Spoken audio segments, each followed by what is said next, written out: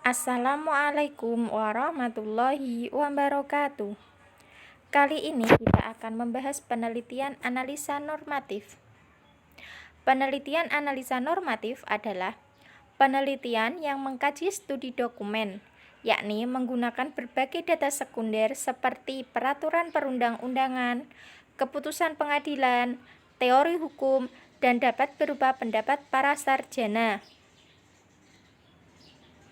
Penelitian jenis normatif ini menggunakan analisa kualitatif, yakni dengan menjelaskan data-data yang ada dengan kata-kata atau pernyataan, bukan dengan angka.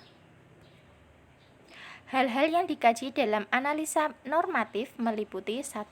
Asas-asas hukum, 2. Sistematika hukum, 3. Taraf sinkronisasi hukum, 4. Perbandingan dengan hukum dan sejarah hukum. Sumber data analisa normatif yang pertama, sumber data primer. Merupakan bahan yang sifatnya mengikat masalah-masalah yang akan diteliti. Contohnya, Undang-Undang Dasar 1945, Undang-Undang Pancasila, dan lainnya. Yang kedua, sumber sekunder. Merupakan bahan data yang memberikan penjelasan tentang sumber primer. Contohnya, RUU, hasil penelitian, karya ilmiah sarjana, dan lainnya. Yang ketiga, sumber tersier. Merupakan bahan-bahan data yang memberikan informasi tentang sumber primer dan sekunder. Contohnya, ensiklopedia, majalah, media massa, dan lainnya. Manfaat penelitian analisa normatif yang pertama, mengetahui apa dan bagaimana hukum positif dari suatu masalah tertentu. Kedua, dapat menyusun dokumen-dokumen hukum. Ketiga, menulis makalah atau buku hukum. Keempat, menjelaskan kepada orang lain apa dan bagaimana hukum mengenai masalah tertentu. 5. Melakukan penelitian dasar di bidang hukum. 6. Menyusun peraturan perundangan. 7. Menyusun peraturan pembangunan hukum.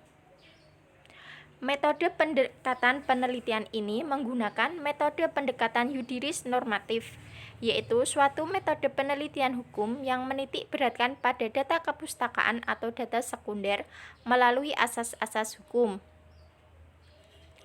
Tahap penelitian analisa normatif yang pertama, penelitian kepustakaan. Penelitian terhadap